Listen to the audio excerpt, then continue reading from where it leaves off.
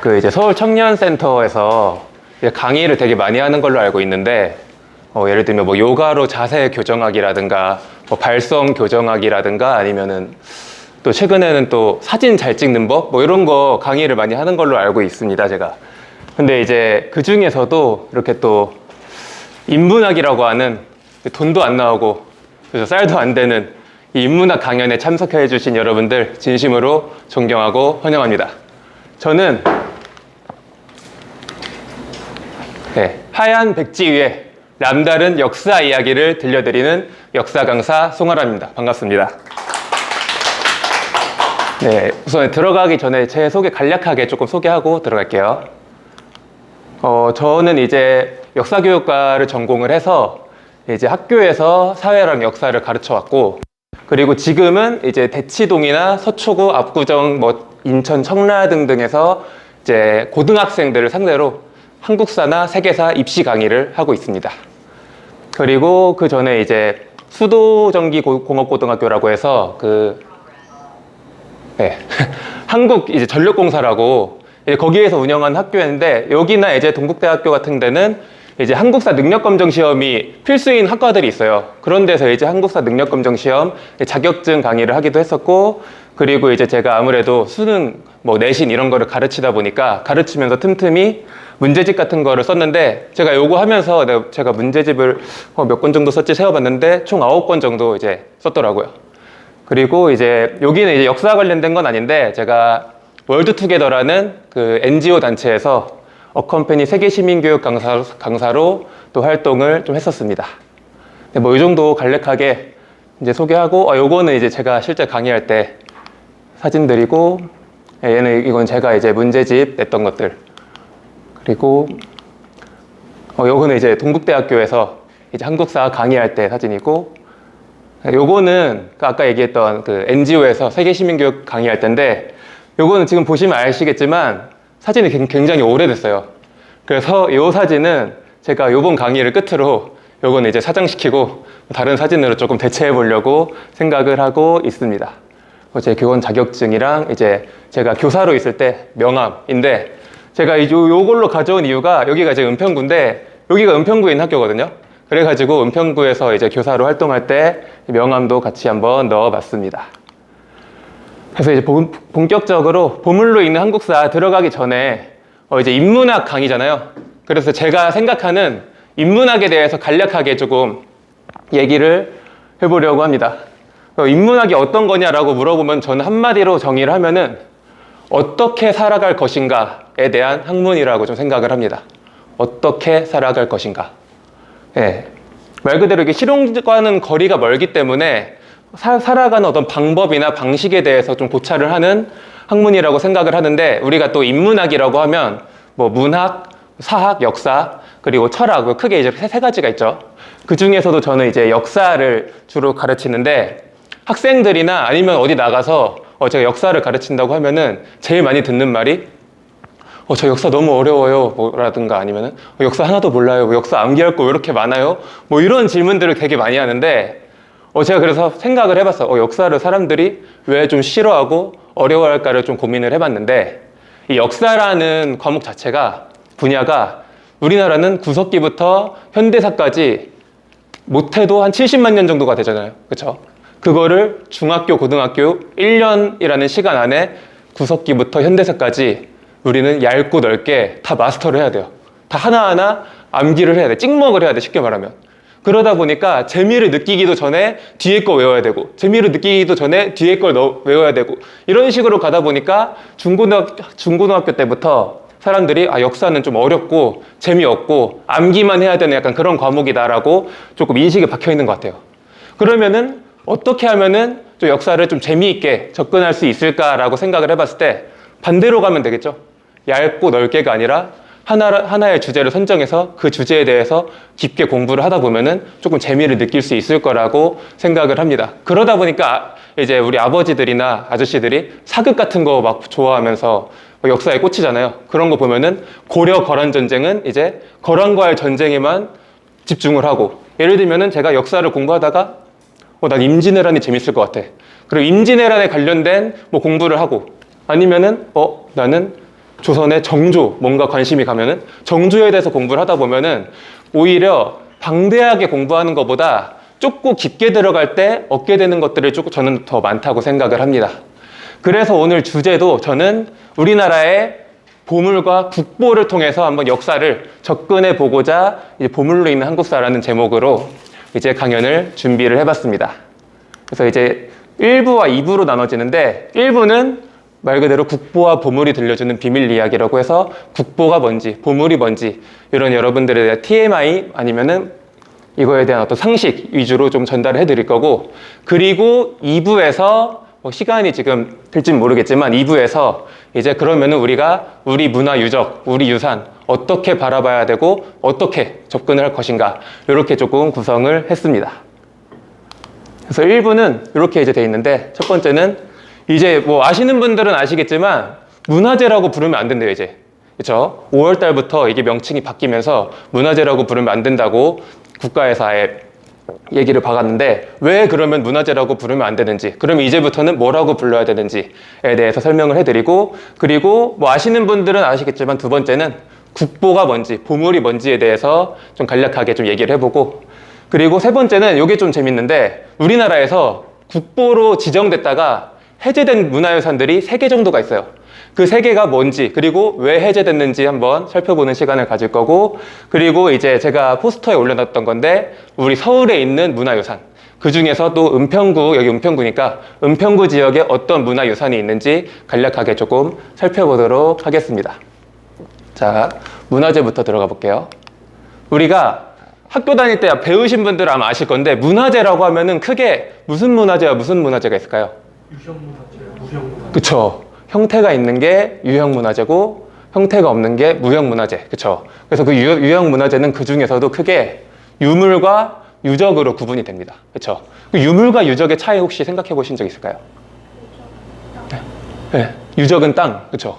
유물은 물건. 그쵸. 유물은 말 그대로 가지고 다닐 수 있는 것들. 예를 들면은 백자라든가 금동 대향로라든가 뭐 금관 이런 것들은 유물에 해당되겠죠.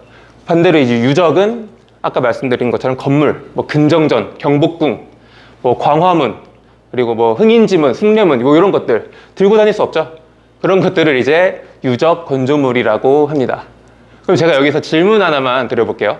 우리 이제 유적 중에 유형 문화재 중에 고구려 광개토 대왕릉비라든가 아니면은 충주 고구려비, 뭐 진흥왕 순수비 들어보신 적 있죠? 그 순수비 비석들은 유물에 들어갈까요? 유적에 들어갈까요? 유적. 헷갈리죠? 유적. 얘는 사실 둘 다 아닙니다. 여기 이제 세 번째가 좀 허전하죠? 바로 얘는 기록유산에 들어가요. 그래서 우리가 보통 기록유산 하면은 뭐 조선 왕조실록, 승정원 일기 뭐 이런 것만 생각을 하는데 비석도 생각해 보면은 뭔가를 적어놓기 위해서 만든 거란 말이에요. 그렇죠? 그렇기 때문에 비석은 기록유산으로 분류가 됩니다. 이 정도 알고 계시면 될 것 같고, 무형문화재는 말 그대로 여러분들이 알고 계신 것처럼 탈춤이라든가, 그렇죠? 판소리 같이 형태가 없는 것들을 이제 무형문화재라고 하는데, 올해 2024년 5월 달에 이제 당시 문화재청에서 이런 공고를 내립니다. 그렇게 되면서 이제 문화재라고 하면 안 된다. 문화재라고 부르지 말고 문화재라는 이름을 국가유산이라고 바꾸고, 뭐 유형 문화재를 문화유산, 무형 문화재를 무형유산 뭐 이런 식으로 명칭과 분류를 아예 싹 다 바꿨어요. 그래서 지금 출처를 보시면은 문화재청이라고 돼 있죠. 문화재청의 관청 이름도 국가유산청으로 바뀝니다. 네, 이게 올해 5월 17일인데 그러면은 원래 이렇게 돼 있던 거를 어떻게 부르냐? 여기 보시면은 문화재를 국가유산으로, 유형 문화재를 유형유산, 그러니까 무형문화재를 무형유산, 그리고 유형문화재를 문화유산으로 바꾸면서 여기에다가 이제 민속문화유산과 사적지를 문화유산에 추가하면서 이렇게 분류와 명칭이 바뀌게 돼요. 근데 이걸 굳이 제가 이 얘기를 학교나 학원에서 수업을 할 때 얘기를 하면은 애들이 아니 왜 문화재라고 잘 부르던 걸 굳이 왜 국가유산으로 바꿔요? 이런 반발이 되게 심해요. 특히 중학생들. 그래서 얘네들한테 이제 설명을 해주는데 이게 왜 변경이 됐냐? 크게 이겁니다. 되게 인터넷이나 이런 데 보면 조잡한데 정리를 하면 두 가지예요. 명칭과 분류가 잘못됐다 이거예요. 명칭과 분류가 그럼 왜 잘못됐냐? 우리나라 그 문화재라는 명칭과 분류 체계는 1962년에 문화재보호법을 근거로 만들어진 거야. 이때 우리나라 국보랑 보물이 다 제정돼요. 그렇게 됐는데 이 문화재보호법도 지금 보시면은 60년이 넘게 지났죠.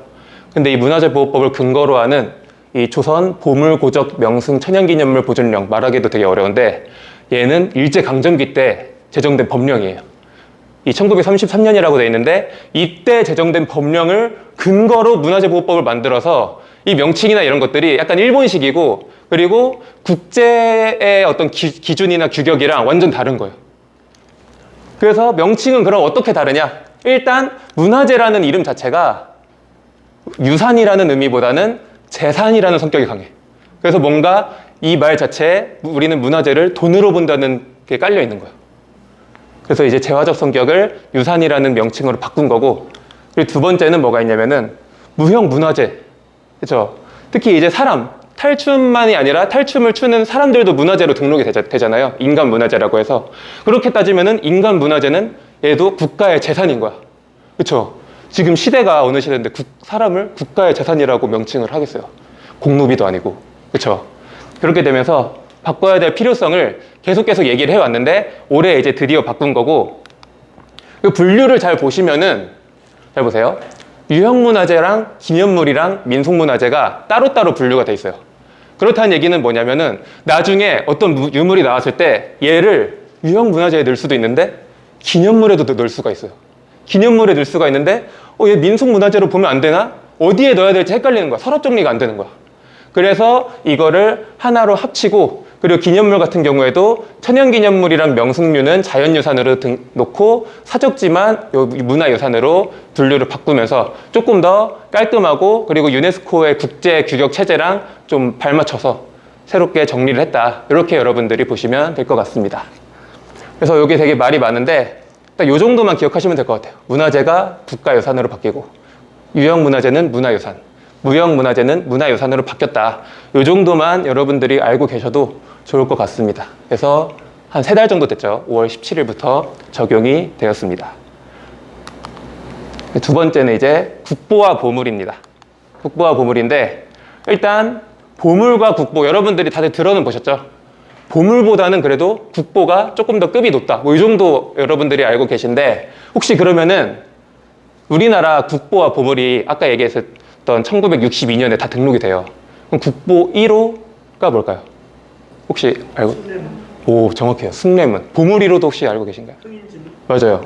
우리나라 국보 1호가 숭례문이고 보물 1호가 동대문이라고 하죠. 흥인지문인데, 그러면은 보물은 대체 어떤 기준으로 정하냐?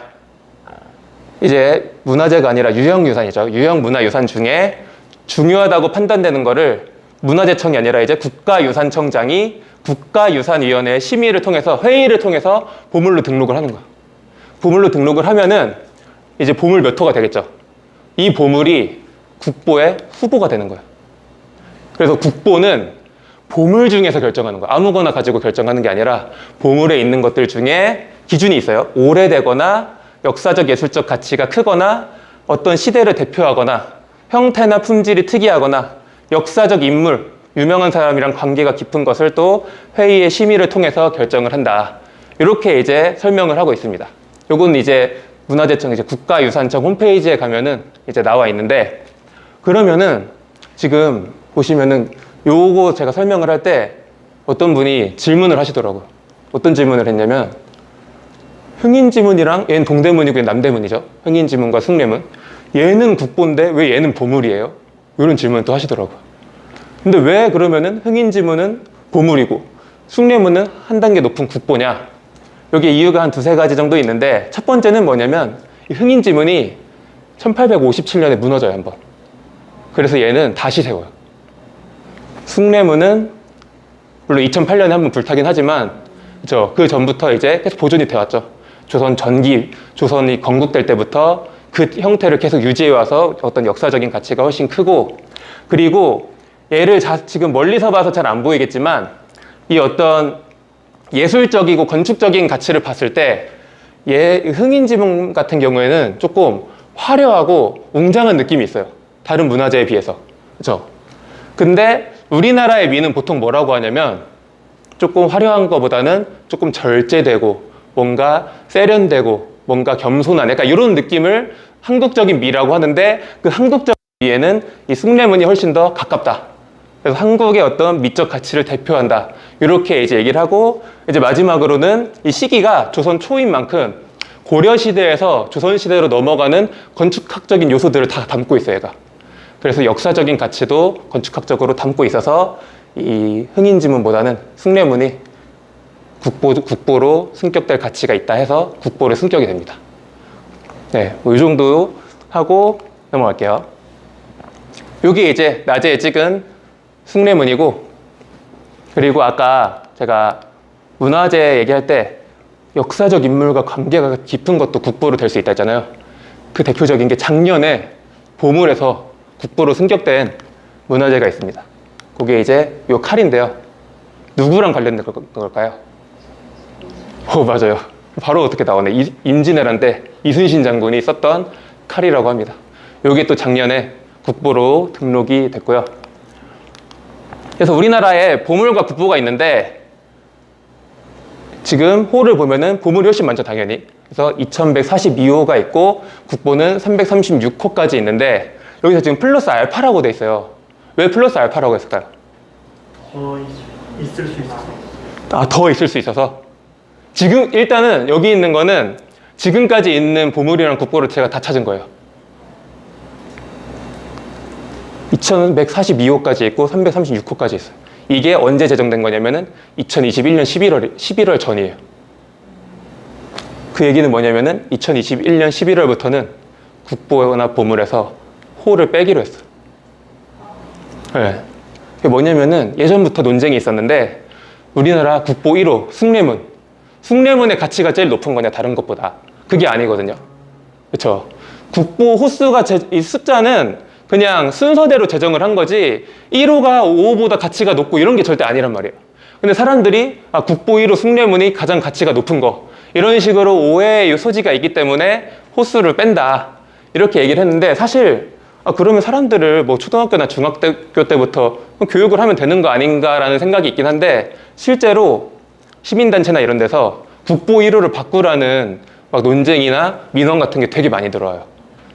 특히 이제 국보 1호로 제일 많이 거론되는 게 뭐였냐면은 바로 훈민정음. 훈민정음이 우리나라를 대표하는 건데 왜 국보 1호가 훈민정음이 아니냐 이런 식으로 들어온다든가 두 번째로 들어오는 게 우리나라의 미를 가장 대표하는 경주 불국사 석굴암. 예, 이런 본준불상 이런 것들을 이제 국보로 넣으라는 얘기들이 이제 많으니까 아예 그냥 그럴 바에 호를 빼자 해가지고 이제는 국보 1호 숭례문이 아니라 국보 숭례문 이런 식으로 아예 명칭을 다 바꿨어요. 네. 그렇게 되면서 보시면은 우리나라의 보물은 지금 현재 2140점이 있고 국보는 359점이 있어요. 이게 이제 제가 2024년 7월 달에 한 번 더 찾아봤는데 사실 지금도 똑같은 게 그 이후로 지금까지는 한 달 동안 뭐 보물이나 국보로 제정된 게 없는 걸로 알고 있어요.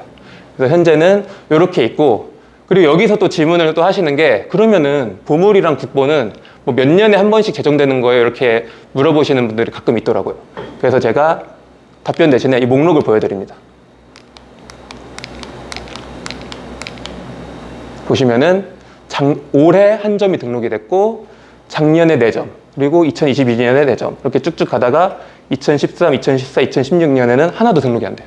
그러니까 이거는 뭐 몇 년마다 한 번씩 있는 게 아니라 가치가 있으면은 그때그때 회의를 해서 등록을 하는 거지 기간이 뭐 올림픽이나 뭐 이런 것처럼 정해져 있는 거는 아니다 라는 점 여러분들이 알고 계시면 좋을 것 같고 보물은 뭐 1년에 수도 없이 나와요. 그렇죠? 우리나라 문화재가 굉장히 많기 때문에 그렇죠? 그리고 이따가 제가 또 말씀을 드리겠지만 지금 보물이 2142호까지 있잖아요. 그 뒤로는 이제 호수가 안 나오는데 이 2142호가 은평구에 있는 보물이에요. 네. 진관사 혹시 들어보셨죠? 진관사의 태극기가 있거든요. 진관사 태극기가 보물 2142호입니다. 네. 이따가 다시 한번 볼게요. 그래서 11월 19일에 문화재보호법이 개정되면서 이때 이후로는 보물의 호수가 다 사라졌다. 이렇게 보시면 되겠습니다. 그래서 보물과 국보를 봤는데 아까 잠깐 얘기했던 것처럼 국보에서 해제된 문화유산이 3가지가 있다고 했었죠. 첫 번째는 요겁니다.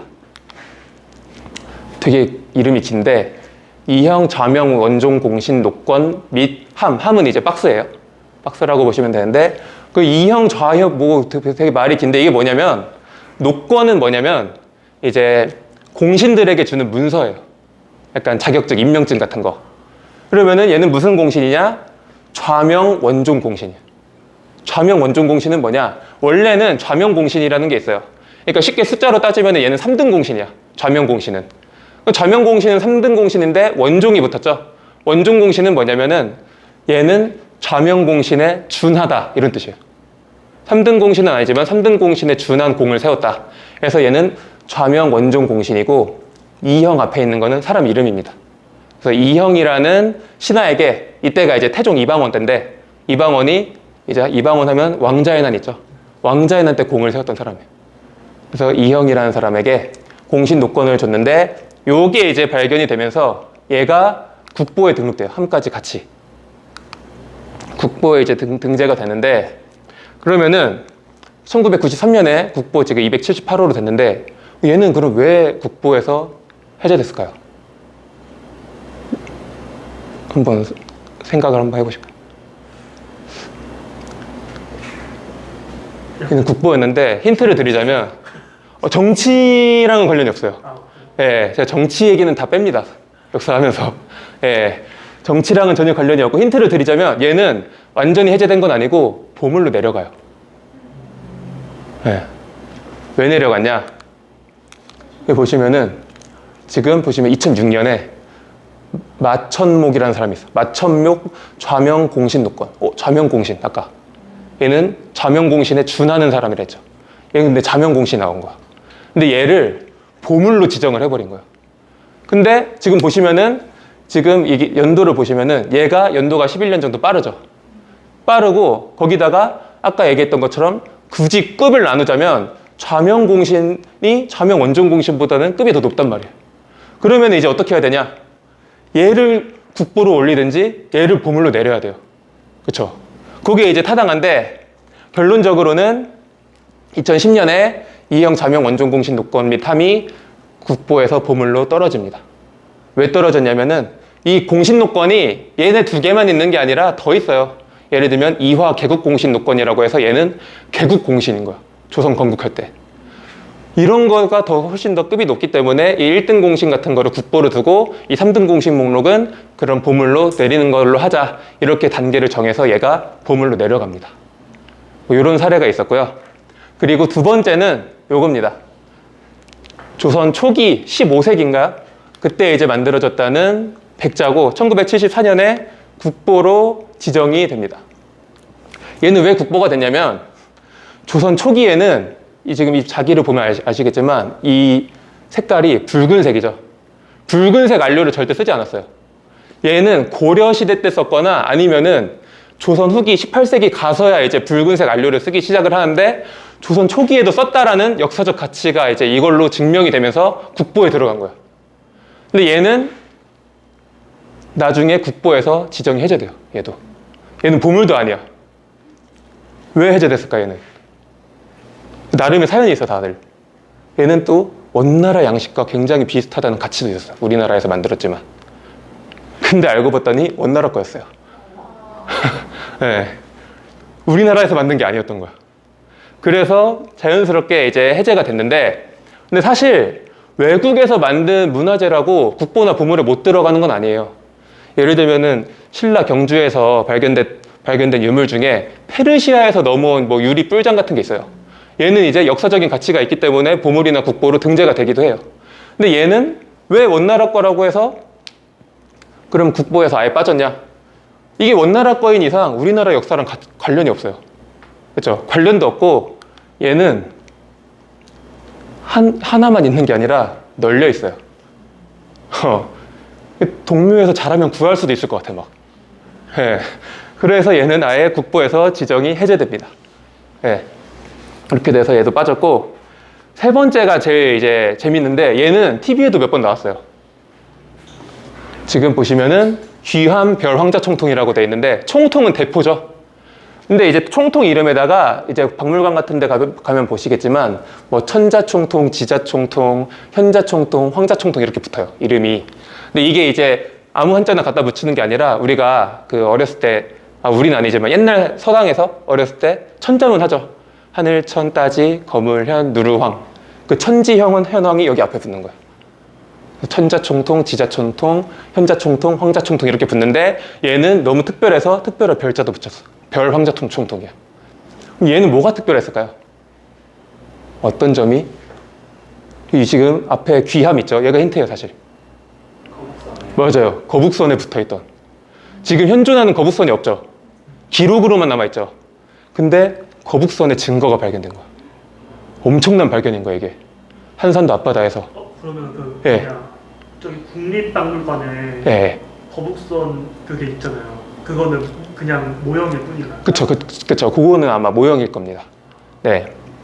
실존하는 건 현재는 없어요. 네. 그래서 아무튼 거북선이 현존하는 게 없어서 아쉬웠는데 얘가 발견이 된 거야. 어디서 발견했냐면은 해군사관학교에서 수사팀을 꾸려가지고 걔네들을 중심으로 해서 한산도 앞바다를 뒤지다가 잠수부가 밑에서 이제 발견을 한 거예요. 찾았습니다 이러면서. 그래서 당시 이제 뉴스 자료인데 92년 한산도 하면 또 이순신 장군의 그쵸 하깃진 그쵸 거기에서 인양이 되면서 얘가 불과 3일 만에 국보가 돼요. 발견되고 3일 만에 국보로 결정이 돼요. 그리고 2주 뒤에 바로 국보로 등록이 돼요. 네.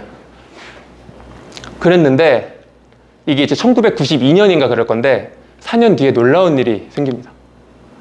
이제 순천에 있는 순천지청에 있는 검사가 있었는데 다른 사건으로 이제 순천은 이제 바닷가잖아요. 그래서 이제 수산업자 홍 씨를 조사하던 도중에 이 홍 씨한테 이런 얘기를 들어요.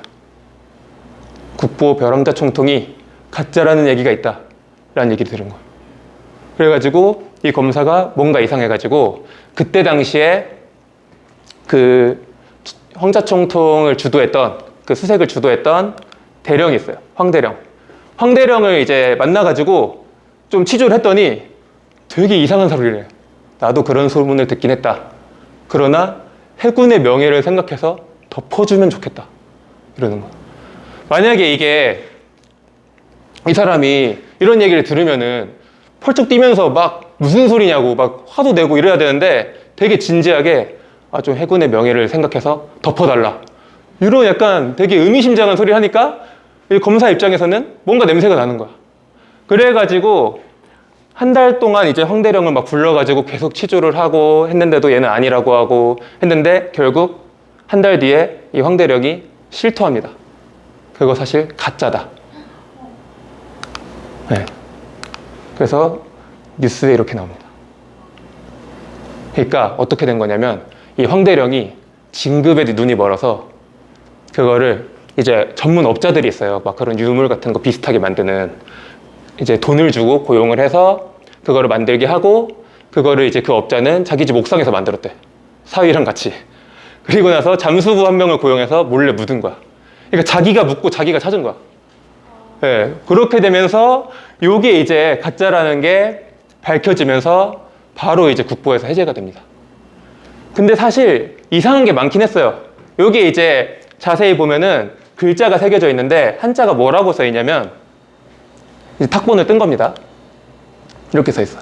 귀함 황자 경적선 일사적선 필수장 이렇게 돼 있는데 일단 귀함 별 황자 총통이죠. 이 귀함이 거북선이잖아요. 사실 조선시대 때는 배를 지칭할 때 함이라는 한자를 안 씁니다. 이게 함이라는 한자는 해군 보면은 뭐 잠수함, 전투함, 군함 이 해군 입장에서는 배에 함자를 붙이는 게 너무 익숙한 거야. 그래서 보통은 이제 이때는 귀선이라고 하는데 해군이 자기한테 익숙한 귀함이라고 붙인 거고 그리고 이제 황자는 황자총통이죠. 그래서 거북선에 있는 황자총통이 적선, 적의 배를 놀라게 한다 이건데 이때 당시에도 적선이라는 말을 안 썼어요. 그냥 적선이든 뭐 적군이든 다 적으로 통칭해요. 근데 적선이라는 말을 쓰고 여기도 똑같죠. 일사적선. 그리고 이 쏠 사자인데 사자도 총이나 대포에는 쓰지 않았어요. 당시에는. 쏠 사자는 활 쏠 때만 썼단 말이에요. 근데 이 한자를 봐도 굉장히 되게 어설픈 것들이 굉장히 많았고, 그리고 이 성분 검사를 다시 해보니까 아연이 8% 정도가 섞여 있었거든요.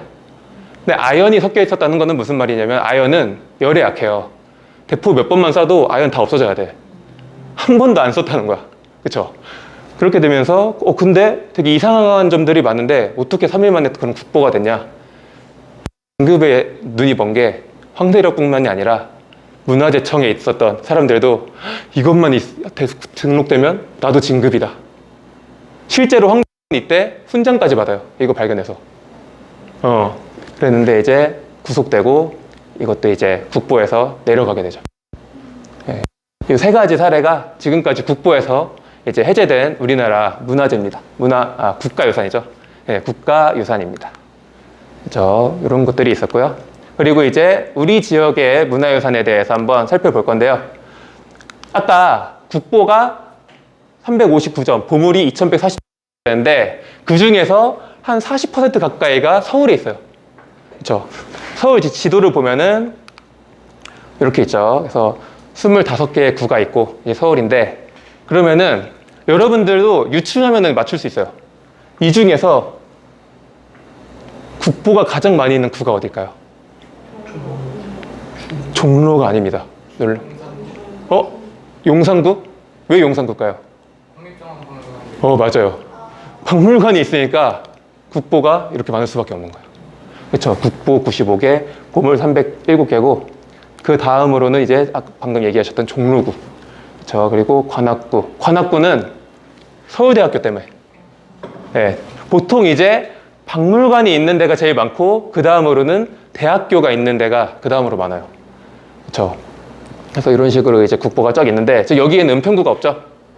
은평구는 국보가 없어요. 네. 국보가 꽤 있는데, 동대문구부터 뭐 이렇게 있는데, 그래도 이제 은평구는 제 생각인데, 은평구에는 뭐 박물관도 없고 대학교도 없죠. 그런 거 치고는 보물이 6개나 있다. 그쵸?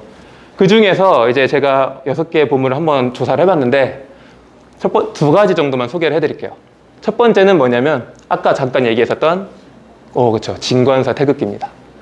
이게 1919년에 만들었을 걸로 추정이 됐는데, 사실상 거의 확실한데, 확실한 증거가 없어서 추정이라고 하는 거지, 전문가들은 다 1919년이라고 얘기를 해요. 그래서 이 1919년에 만들어진 태극기가 왜 중요하냐면은 이때 3.1운동이 일어났죠. 그렇죠. 3.1운동 이후에 독립운동이 실제로 쓰였고, 그러면서 왼쪽 위에가 그슬렸죠. 그래서 이게 역사적인 가치가 있다, 이렇게 이제 얘기를 하고 있고, 얘가 이제 앞면이고 얘가 뒷면입니다. 그래서 보시면은 1919년에 제작된 태극기가 거의 없어요, 우리나라에. 근데 이게 이제 알려지면서 자체만으로도 중요한 의미를 담고 있고, 그러면서 그 앞에 있는 태극기와 뒤에 있는 태극기를 이어주는 어떤 잃어버린 고리 같은 역할을 하는 거예요. 그래서 역사적인 가치가 크다, 이렇게 얘기를 하고 있고, 그리고 불교 역사에서도 굉장히 중요한 게 사찰에서 최초로 발견된 일제강점기 태극기예요. 그래서 이제 우리나라의 불교 사찰이 독립운동의 어떤 근거지가 됐는데, 그거에 대한 어떤 증거물로서의 역할을 또 한다. 그렇죠? 그리고 참고로 얘는 일장기에다가 덧붙여서 그린 거예요.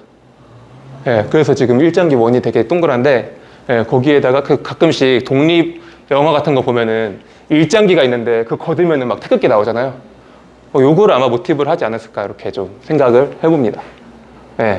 그래서 진관사에 이제 태극기가 있다. 원래 저는 요거 하나 정도 이제 설명을 해드리고 넘어가려고 했는데, 여기 그러면 보러 가보세요 하기에는 지금 구파발역이 여기 있고 진관사가 여기라서 접근성이 좀 떨어지긴 해요, 사실. 그쵸? 대중교통으로는 거의 가기 힘들고, 그래서 조금 접근성이 좋은 은평구의 보물 하나만 더 소개를 해드리면 바로 요겁니다. 얘는 조선시대 왕 중에 인조랑 관련된 비석입니다. 그래서 서울 인조별서 6입이고, 얘는 위치가 어딨냐면은, 혹시 이거 보신 분 혹시 있을까요? 한 분도 안 계시죠? 얘는 아마 봤는데도 몰랐을 수도 있어요. 예일여고 맞은편에 있어요. 예일여고 길 건너편에, 부산역 앞에. 왜 여기 있냐면은 여기가 인조 별서라고 돼 있죠. 별서가 쉽게 말하면 별장이에요. 인조가 왕이 되기 전에, 능양군 시절에 왕이 되기 전에 별장이 여기 있었는데 여기에서 뭐를 논의하냐면 인조 반정을 논의해요. 네. 여기에서 이제 인조 반정을 논의를 하고 이제 이 안에 있는 요게 이제 보물인데 또 얘 같은 경우에는 거북이가 아래 있죠. 거북이 위에다가 이제 비석을 세운 건데 요 양식은 또 중국의 영향을 받은 거예요. 그렇죠? 그래서 이제 인조 하면은 또 병자호란, 정묘호란 이런 게 있는데 그 병자호란 이후에 그 비석 세우죠. 삼전도 비석이라고. 걔도 보면은 밑에 거북이가 아마 있을 거예요. 그쵸? 그래서 얘가 이제 보물인데 여기 이제 뭐라고 써 있냐면은 인조대왕 용잠지시 별서 유깁이라고 돼 있어요. 용잠은 뭐냐면 이제 보통 이제 우리나라에서 임금님을 용이라고 지칭을 많이 하죠. 임금이 왕이 되기 전에를 용잠이라 그래요. 용잠의 때에 별장에 세운 비석이다 해서 인조반정이 성공한 거를 기념하기 위해서 숙종 때 세워진 비예요. 그래서 숙종 때 세워진 비석이고 얘가 이제 보물로 지정이 됩니다. 제가 요거를 좀 조사를 하면서 좀 재밌는 좀 지명에 관한 사실을 많이 알게 됐는데 여기에서 인조반정을 모의했다 했잖아요. 여기에서 군사를 직결시키는데 보통 이제 인조반정 하면은 뭐 김류, 이기, 김자점 이런 사람들이 있는데 그 중에서 이서라는 사람이 있어요. 이서가 군대를 데려오기로 했는데 늦었어요. 그래서 안 오는 거 아니야? 이거 실패하는 거 아니야? 했는데 결국 오긴 왔죠. 그래서 여기 있는 지명에 이제 지연되다, 연착하다의 연자를 쓰고 이서의 서자를 써서 연서로 있죠.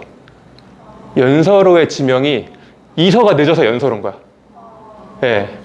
그래서 연서로, 연서시장 이게 다 지명이 거기서 이제 유래가 되고 그리고 이 연서를 순우리말로 한 게 연신내예요. 예. 그렇게 됐다고 합니다. 그리고 이제 이거 하면서 그럼 불광은 뭐지 하고 찾아봤는데 불광사라는 절이 있어요. 여기 이제 절이 많은데 부처님의 빛이에요. 불광이. 그래서 여기가 불광동이고 그래서 보통 이제 지명을 따가지고 뭐 은평교회, 연신교회, 응암교회 있는데 불광교회라고 하면 말이 이상해지는 거야. 부처님의 빛 교회. 그렇죠? 그래서 불광교회라는 이름이 그래서 없다는 얘기가 있더라고요. 예. 근데 불광 성결교회는 또 있어요. 예. 아무튼 넘어갈게요. 그래서 여기 보시면은 아버지 정원군의 별장이 있었고 여기에서 김유익이, 김자점, 이걸 등과 인조반정을 계획을 했다. 근데 여기서 이서가 늦게 왔다. 그렇죠? 그래서 이서랑 여기 불광에서 합류를 불광 이쪽에서 합류를 해서 연신내 불광 이쪽에서 합류를 해서 홍제에서 또 합류를 해서 창의문을 거쳐 가는 거예요. 그 창의문을 거쳐서 갔다는 거는 제가 한번 네이버 지도를 한번 찾아보니까 702라는 버스 혹시 아세요? 여기 바로 앞에? 그 노선대로 간 거예요. 예. 물론 이제 국이 터가진 않았는데 그것만 제외하고는 루트가 거의 똑같아요. 네. 그렇게 갔다. 그래서 여기 불광 연신내 이쪽이 사실 인조랑 좀 관련이 많은 게 병자호란 때 그 이제 여진족이 쳐들어오잖아요. 여진족이 쳐들어온 루트도 불광, 홍제, 무학제, 독립문 거의 3호선 타고 왔어요, 거의. 네. 그렇게 해서 경복궁으로 이렇게 8일 만에 도착했다고 합니다. 그렇죠? 그래서 여기는 위치가 어디냐? 예일 디자인고 여기 있죠, 예일여고 바로 건너편에 이쪽에 이제 있다고 합니다. 그래서 일단 여기까지 일단 보고 한 5분 정도만 좀 있다가 2부에서 이제 어떻게 우리 문화재 관람할 것인가, 어떻게 생각할 것인가에 대해서 얘기해 보도록 하겠습니다. 지금 시간이 많이 없어서 일단 2부 지금 시작을 해볼게요. 최대한 시간 맞추려고 했는데 하다 보면 시간이 좀 딜레이가 되더라고요. 그래서 방금 한 분도 지금 시간이 너무 없으시다고 하셔가지고 바로 2부 시작해 보도록 하겠습니다. 이제 본격적으로 이제 제가 드리고 싶은 얘기입니다. 문화유산 어떻게 바라볼 것인가. 제가 아까 인문학은 또 어떻게에 대한 학문이라고 이제 정의를 내렸는데 여기는 이제 박물관에 대해서 어떻게 관람을 하시는지. 예. 그리고 두 번째는 제가 이제 문화유산 중에 이거는 한번 보고 가세요. 볼만한 가치가 있는 거를 선정을 했는데 2개를 선정을 했습니다. 사실은 이거를 추리는 것만으로도 되게 힘들었는데 요번에 또 올해 박물관이 좀 리뉴얼 되면서 좀 전시 형태를 좀 바꿨더라고요. 그래서 그거에 맞게끔 좀 설명을 해드릴 거고 그리고 그들이 문화유산을 사랑하는 방법 여기에는 이제 문화유산을 수집하는 사람들이 있거든요. 이제 거금을 들여서 수집하고 아니면 기부하고 이런 사람들의 어떤 사례를 좀 설명을 해드리면서 이제 마치도록 하겠습니다. 네. 일단 박물관 관람에 대해서 한번 들어가 볼게요.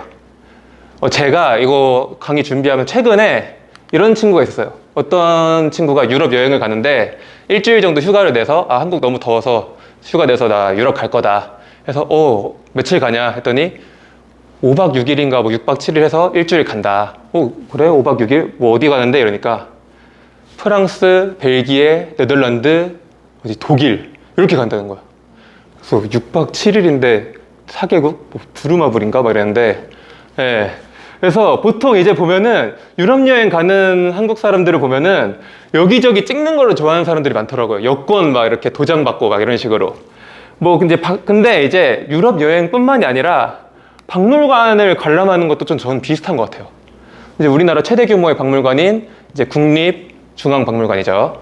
근데 여기를 이제 밖에서 보면은 여기 뷰가 되게 좋아요. 이렇게. 그래서 날씨가 좋으면은 제가 실제로 여기서 찍은 건데 남산타워가 이렇게 보여요. 이게 박물관에서 여기서 찍은 거예요. 여기서. 네. 근데 이제 우리나라 사람들을 이제 제가 박물관에 되게 많이 가는데 박물관에 또 저 혼자도 많이 가고 친구들이나 뭐 다른 사람들이랑도 많이 가요. 근데 박물관을 보는 걸 보면은 여기 있는 걸 다 돌려고 생각해. 1층이든 2층이든 찍어가지고 여기를 다 돌아. 그러다 보니까 박물관을 다 훑고 나와도 기억이 남는 게 몇 개 없어. 그거 봤던 것 같은데 이러면서. 그리고 실제로 저는 이제 박물관에서 이제 유물을 보고 있으면은 그냥 이거 백자네 이러고 가. 이거 그림이네 이러고 가. 그런 식으로 이제 가니까 박물관도 아까 역사가 넓고 얕게 배워서 재미가 없다 했잖아요. 박물관도 재미가 없는 거야. 그래서 지루하고 저는 좀 그렇게 생각을 하거든요. 그래서 제가 이제 요거 강의한다고 박물관 답사를 갔다 왔어요. 저번 주에 가서 이제 요 그림, 이게 이제 불교 관련돼서 굉장히 또 중요한 그림이고 우리가 잘 알고 있는 삼성의 이건희 회장이 기부했던 품목 중에 하나인데 이게 엄청 길거든요. 근데 저는 이제 수업 자료를 좀 써야 돼서 사진이 많이 필요한데 항상 여기 너무 길어서 사람들이 막 이렇게 여기 서 있는 사람도 있고 갑자기 여기 오는 사람도 있고 방해가 된단 말이에요. 사진을 찍어야 되는데 사진 찍는 데는 이제 사람이 없어야 되니까 그러면은 어떻게 해야 이 사진을 찍을 수 있을까요? 저만의 방법이 있습니다. 1분만 기다리면 돼요. 어차피 5초 이상 보고 가요. 네. 그렇게 이제 좀만 기다리다 보면은 이게 다 박물관에서 찍은 건데 이런 사진도 찍을 수가 있고 뭐 이런 것도 찍을 수가 있고 이런 것도 다 찍을 수가 있어요. 여기 사람들이 막 다 있는데 좀만 기다리다 보면은 싹 썰물처럼 빠집니다. 네.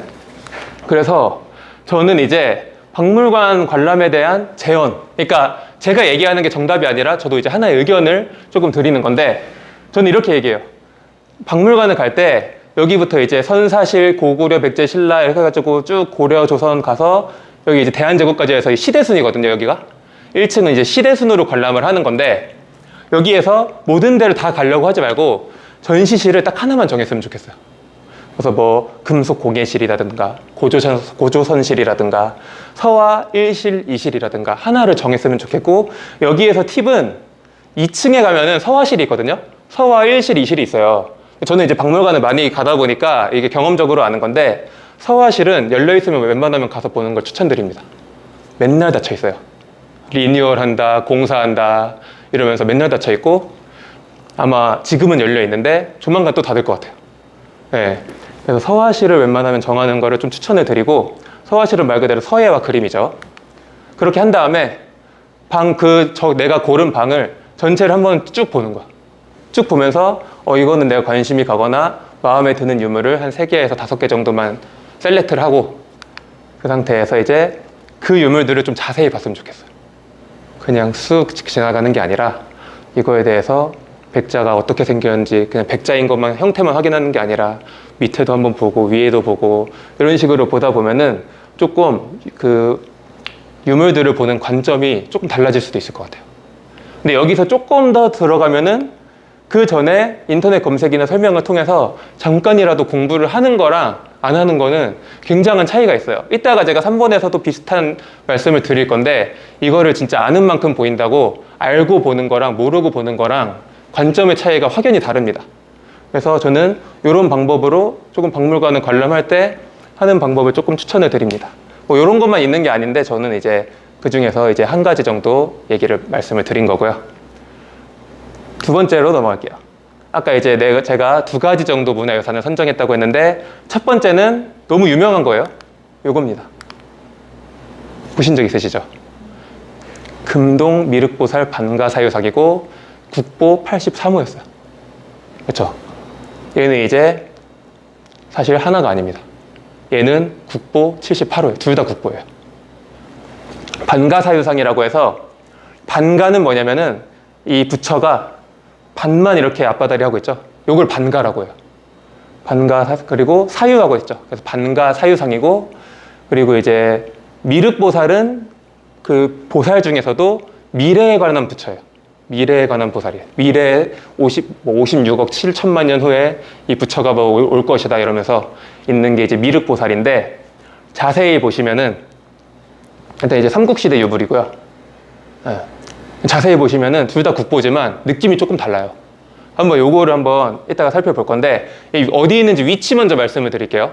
이번에 리뉴얼이 되면서 바뀌었어요. 원래는 이제 다른 유물들이랑 같이 있었는데 얘는 지금 보면 사유의 방이라고 해서 얘네 두 개만 있는 방이 따로 있어요. 그래서 2층에 올라가면은 박물관 입구에 가서 바로 오른쪽 입구로 가면은 사유의 방 들어가면은 요렇게 있어. 여기로 쭉 따라가면은 화살표 있죠? 오른쪽으로 가면은 요렇게 방이 있어요. 지금 이게 바뀐 지가 아마 얼마 안 된 걸로 알고 있는데, 여기 보시면은 얘가 83호, 얘가 78호. 이렇게 있고, 조금 자세히 들여다보면 이렇게 있는데, 저는 개인적으로 뭐 개인마다 차이가 있겠지만 얘보다는 얘를 조금 더 좋아해요. 왜냐면은 아까 처음에 남대문 그 숭례문 홍인지문 얘기할 때 우리나라스러운 미는 좀 절제됐고 조화롭고 조금 겸손한 약간 이런 미를 추구한다 했잖아요. 그거에 가까운 게 저는 얘가 아닌가라는 좀 생각을 좀 합니다. 그래서 보시면은 얘는 조금 더 뭔가 장식도 화려하고 굉장히 뭔가 멋을 많이 부렸어요. 근데 얘를 자세히 보면은 뭔가 검소하지만 여기를 자세히 보면은 발가락 하나하나 굉장히 섬세하고, 옷깃도 얘는 그냥 이렇게 선만 그려놓은 것 같은 데 비해서 되게 무슨 피에타 같이 되게 막 옷깃 하나하나에 신경을 많이 쓴 게 보여요. 그래서 이런 걸 보면은 얘가 조금 더 뭔가 검소하지만 누추하진 않은 약간 그런 느낌이 아닌가라는 좀 생각을 해서, 개인적으로는 이제 저는 이 83호 금동 미륵보살 반가사유상을 조금 더 좋아합니다. 그래서 요거를 이제 자세히 보시면은 아까 이제 보시면 알겠지만 뒤에 가서도 볼 수가 있어요. 그래서 자세히 보라고 이렇게 365도로 뚫어놓고 볼 수 있게끔 해놨습니다. 네, 이렇게 보시면 될 것 같고, 근데 사실 교과 굉장히 많이 봤죠. 근데 얘의 가치는 사실 해외에서 더 주목을 하고 있어요. 여기는 국립중앙박물관이 아니에요. 83호인데 여기가 어디냐면은 뉴욕에 있는 메트로폴리탄 미술관이에요. 네, 2013년부터 2014년까지 이렇게 신라, 한국의 금의 나라 이런 식으로 해서 전시를 했었어요. 이렇게 전시를 했었는데, 이렇게 이제 팻말도 이렇게 써놓고 2013년 11월부터 2월 23일까지 전시를 했는데, 이때 원래 국립중앙박물관에서 이거 뉴욕까지 가면은 손상될 위험도 있고 다칠까봐 안 준다 그랬어요. 근데 메트로폴리탄 미술관에서 계속 설득하고 심지어 청와대에까지 부탁을 한 거야. 이거 좀 빌려달라고. 그렇게 해서 이제 이게 뉴욕에서 전시가 됐고, 그때 당시에 이제 어떻게 표현을 했냐면은, 이거는 이제 미국에 있었던 어떤 언론 기사에서 가져온 거예요. 세계적 수준의 세련미, 그 아름다움이 할 말을 잃게 만든다. 뭐 이렇게 돼 있고, 그리고 메트로폴리탄 미술관에서는 이렇게 얘기를 합니다. 한국의 모나리자. 한국의 모나리자에 놀란다. 그래서 이거 이제 부처인데, 부처의 서블라임은 이게 뭐냐면은 굉장히 지고하고 장엄한, 그러니까 이런 뜻이에요. 그런 어떤 부처의 고심하는 부처에게 굉장히 놀랐다. 뭐 이런 표현이라고 보시면 되겠습니다. 그래서 요게 이제 이렇게 전시가 돼 있는데 지금은 국립중앙박물관에 개관을 했어요. 그래서 여러분들이 한번 2층에서 보시는 것 전 개인적으로 조금 추천해 드립니다. 네. 그 두 번째는 뭐냐면 문화유산을 보여드리기 전에 요 숫자 2시간 30분 이게 이제 뭐냐면은 이때 당시에 인간이 절대 깰 수 없는 기록 어떤 종목일까요? 지금 또 올림픽 시즌인데 그쵸 마라톤인데 지금은 사실 2시간 30분에 깨졌는데 이때 당시에는 인간은 42.195km를 달려서 절대 깰 수가 없다. 그 기록이 2시간 30분이었어요. 근데 1936년에 그 기록이 깨집니다. 바로 송기정 선수. 네. 저는 송기정 선수가 개인적으로 대단하다고 생각한 게 서양에서 인간은 절대 2시간 30분의 벽을 넘을 수 없다고 했었어요. 그때 당시에. 그리고 그 기록을 깬 게 흑인도 아니고 백인도 아닌 동양인이 당당하게 그 기록을 깬 거야. 그쵸? 2시간 29분이라는 기록으로 깼고, 그래서 이제 송기정 선수가 여러분들이 좀 아시겠지만 일장기를 가리기 위해서 이 월계수를 앞에 이렇게 하고 있는 모습이고, 여기도 일장기가 더 있죠? 여기는 이제 3위 했던, 여기도 이제 우리나라 사람이에요. 남승용 선수입니다. 이때 당시에 남승용 선수가 뭐라고 했었냐면, 이 1등을 한 송기정은 자기 일장기를 가릴 월계수라도 있었지만 나는 아무것도 없어서 너무 부끄러웠다. 그래서 고개를 지금 숙이고 되게 침울한 표정으로 있는 거야. 네. 근데 이거를 지금 왜 가져왔냐면은 이때 당시에 1936년에 베를린 올림픽이었거든요. 베를린 올림픽에서 그리스에 있던 이브라디니 신문사에서 부상을 내걸었어요. 마라톤 우승자에게 부상으로 이 청동투구를 주겠다. 요구를 내건 거야. 네. 그랬는데 송기정 선수가 우승을 했죠. 36년에 우승을 했는데 국제올림픽위원회 IOC에서 이렇게 얘기를 합니다. 아마추어 선수에게는 어떠한 부상도 줄 수 없다라고 하면서 이거를 주지 않고 그대로 이제 베를린 올림픽이었으니까 독일로 가져가요. 그래서 독일에 있는 샤를로텐부르크 박물관에 전시가 돼 있어요. 이거를 송기정 선수 본인도 몰랐어요, 이 사실을. 그쵸? 일제강점기라는 정신없는 상황이었기 때문에 몰랐는데 1975년에 이 사실을 알게 됩니다. 그렇게 되면서 이거를 반환을 받으려고 노력을 하는데 독일에서는 돌려주려고 이제 하지를 않고, 그래서 대한올림픽위원회와 그리고 그때 당시에 이제 이 상품을 내걸었던 그리스 신문사, 그리스 올림픽위원회까지 노력을 한 끝에 1986년에 50년 만이죠. 36년이니까 50년 만에 이거를 다 반환을 받습니다. 당시 이제 신문 기사인데 이제 송기정 선수가 두 번째 금메달을 타는 기분이다 하면서 눈물을 흘렸다. 이렇게 이제 기록이 되어 있습니다. 그리고 1986년에 반환을 받고 다음 해 87년에 우리나라 보물로 지정이 됩니다. 그리고 나서 송기정 선수가 이런 말을 해요. 이거는 이제 송기정 선수의 실제 글씨체인데 이 투구는 내 개인의 것이 아니라 우리 민족의 것이다라는 얘기를 하면서 이 청동투구를 중앙박물관에 기증을 합니다. 그래서 기증관에 2층 기증관에 이 송기정 선수의 투구가 있는데 제가 개인적으로 이 송기정 선수를 존경하기도 하고 이 서사를 좋아하기도 해서 이 투구를 보러 갔었는데 작년에 없었어요, 이게. 왜 없냐면은 뭐 없어진 게 아니라 박물관에서 전시된 유물이 다가 아니에요. 수장고에 다 집어넣어요. 거의 거기 있는 건 빙산의 일각이고 수장고에 오히려 유물이 더 많아요. 그래서 제가 사실 이거 외에도 제가 좋아하는 것 중에 세한도라고 추사 김정희의 그림이 있거든요. 간단하게 얘기하면 제주도에 유배 갔을 때 아무도 찾아오지 않을 때 한 제자가 항상 찾아와서 중국에 있는 책들을 전해주고 갔는데 그 제자가 고마워서 김정희가 직접 그려준 그림이에요. 그래서 그 그림을 좋아해서 거기 중앙박물관에 있으니까 간 김에 이것도 보고 가자 했는데 수장고에 들어갔다고 하더라고요. 네, 그러니까 잘 알아보고 가셔야 돼요, 갈 때도. 자, 아무튼 요게 이제 제가 선정한 우리나라 문화유산이고요. 얘는 또 기원전 6세기에 만들어진 거고 해외에서 만들어진 거지만 그리스에서 만들어졌죠. 해외에서 만들어진 거지만 그만한 역사적인 가치가 있기 때문에 보물로 또 등재가 됩니다. 이렇게 이제 있고 마지막으로 이제 아까 문화유산 수집가들이 있다 했죠. 수집가나 이제 기증하는 사람 중에 여러분들이 이제 박물관에 가면은 이런 데가 있어요. 새로 또 리뉴얼이 됐는데 이게 뭐냐면은 박물관에서 이제 기증받은 물건들을 이제 전시해 놓잖아요. 그 사람들이 했었던 이제 어록들을 다 모아놓은 거예요, 이렇게. 그래서 여기 가면은 외국인들이 사진을 그렇게 많이 찍는데 또 보면은 뭐 이런 식으로 문구가 써 있습니다. 그래서 제가 찍은 거에는 후학들이 연구할 수 있도록 언젠가는 박물관에 기증할 생각을 하고 있습니다. 그냥 쌓아두기만 하면 의미가 없어요. 많은 이들이 보고 학술적으로 활용될 때 그 빛을 발하게 된다고 생각합니다.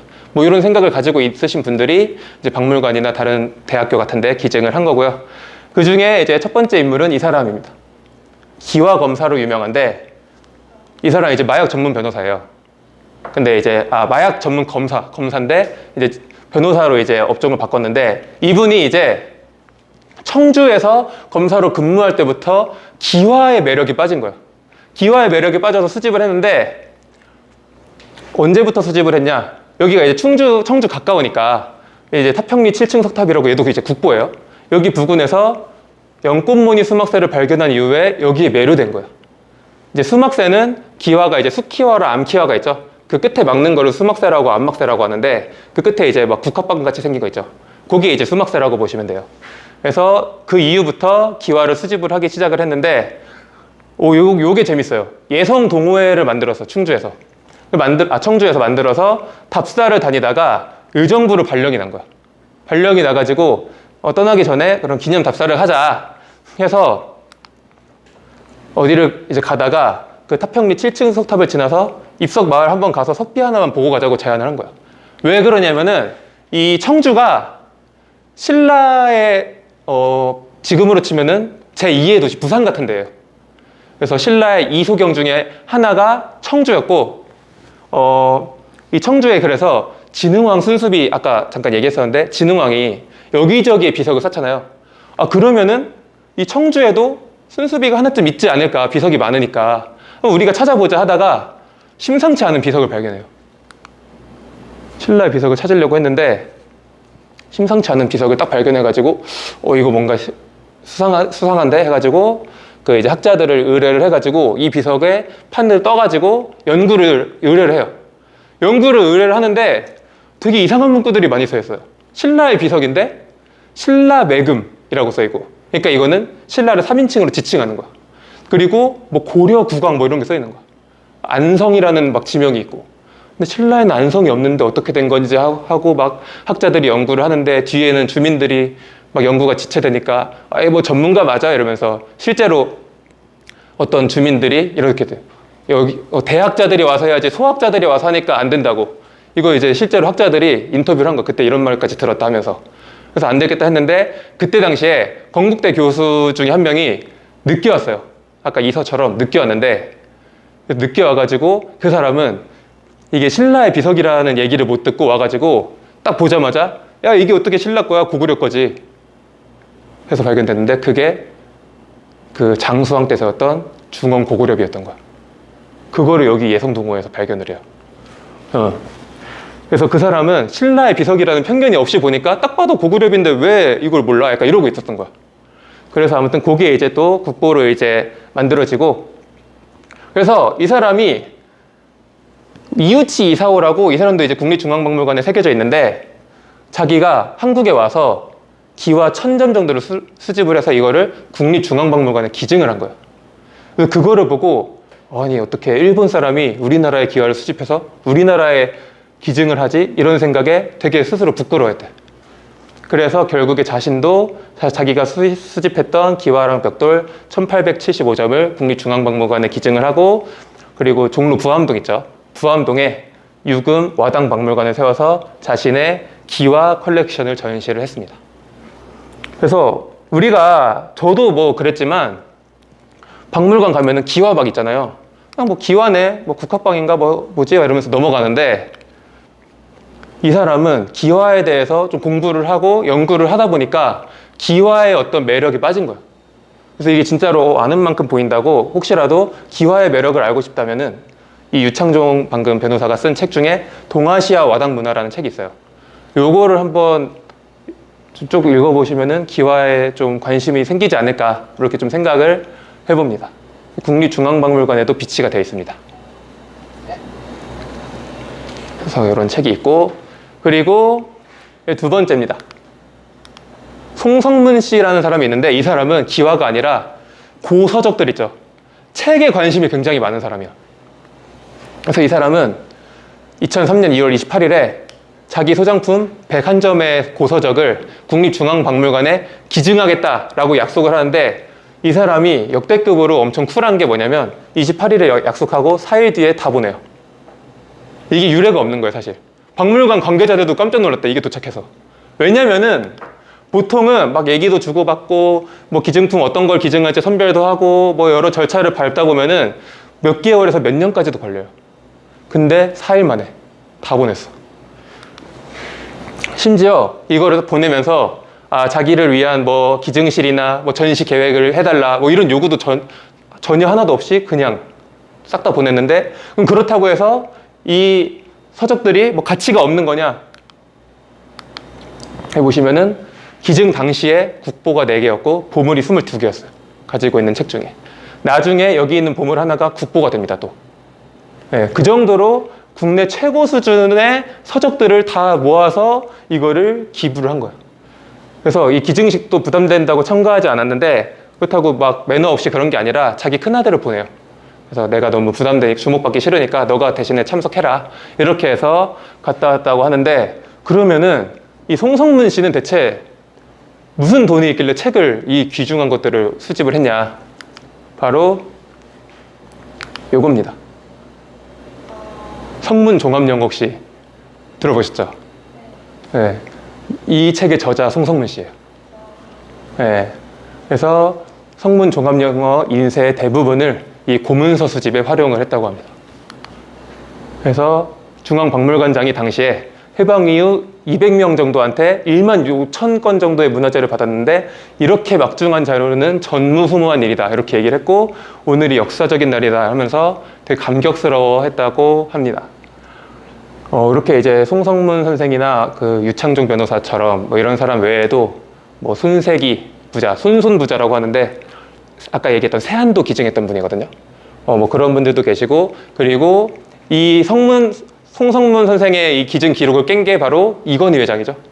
이건희 회장이 자기가 가지고 있는 컬렉션들을 뭐 국립중앙박물관뿐만이 아니라 전국 여러 곳에 막 기부를 했는데, 뭐 그런 분들이 굉장히 생각보다 많이 있고, 뭐 그런 이제 컬렉션들은 2층의 기증관에서 여러분들이 보시면 될 것 같습니다. 그래서 오늘은 이제 제가 인문학에 대해서 이제 간단하게 좀 소개를 해드렸는데, 제가 처음에 말씀드렸다시피 인문학을 배운다고 해서 뭐가 이렇게 잘하는 건 아니에요. 뭐 먹을 게 생긴다든가 그런 건 아닌데, 우리가 인문학을 통해서 좀 세상이 조금 더 다채롭게 보였으면 하는 마음에서 강의를 준비해봤고요. 저는 이제 여기서 강의를 마치도록, 이건 이제 제 출처 자료입니다. 마치도록 하겠습니다. 네, 감사합니다.